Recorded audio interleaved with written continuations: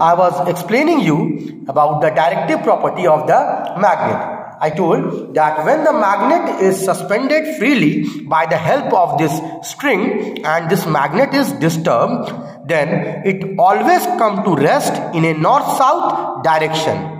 The end of the magnet that points toward the geographic north is simply the north pole of the magnet, and the end that points toward the geographic south is the south pole of the magnet. Children, magnetic poles, this north pole and south pole, okay, these magnetic poles always exist in pairs. Okay, if we break the magnet, this bar magnet, if it is broken into two or more pieces, each of the pieces will have a north pole and a south pole. You can say it is impossible to obtain a piece of magnet with only the north or only the south. It will always exist in pair. No monopole exists. Okay, na? Magnetic poles always exist in pairs. Here in the diagram you can see, if this bar magnet, if this is broken, each piece it is having one north and a south pole. Is that clear? Now let us learn about the attraction and the repulsions between two magnets. Okay, in the diagram there you can see I have taken two magnets. Okay, suppose this is the north pole of the magnet, this is the south pole. And here I have taken another magnet and I have brought its south pole near the north pole of this suspended magnet. Did you get it? If suppose this is the north pole and this is the south pole. Okay, then what happens?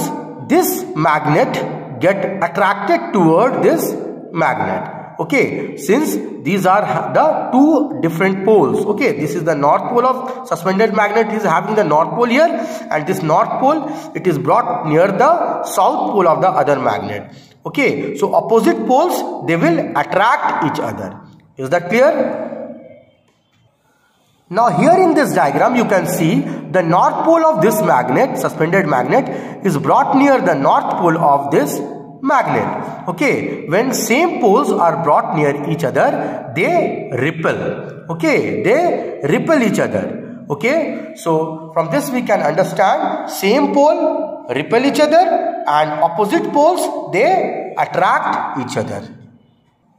Now let us understand the test for magnetism. How we can know whether a given object it is a magnet or it is just a magnetic substance, or whether it is a non-magnetic substance. Suppose this is the unidentified object I have taken on the table. Okay, then I have wrapped a piece of paper on it. Okay, I don't know whether it is a magnet, whether it is a magnetic substance, or whether it is a non-magnetic substance. So how to find out this? So I will bring a piece of magnet. I know its polarity, that here this is the north pole and this is the south pole. Okay, now what happens when I bring a piece of magnet near this unidentified object? Okay, if it gets attracted toward this magnet, okay, if this unidentified object, if it is attracted toward the magnet, then this unidentified object, it can be a magnet or it can be a magnetic substance. Okay, in both the cases, if it is a magnet, it can be attracted, or if it is a magnetic substance, then it can also be attracted. Okay, now suppose it got this unidentified object, it got attracted toward the magnet. Okay, now the question arises whether it is a magnet or whether it is a magnetic substance. Now we will find out whether it is a magnet or a magnetic substance. So at the first, when this north pole was brought near this unidentified object, suppose it got attracted. Okay, now what I will do, I'll bring the other end. Okay, this one. Suppose the south pole toward this unidentified object, and suppose again it got attracted. Okay, when the north pole was brought, it got attracted. Suppose again the south pole is brought near this magnet. Okay, then again it got attracted.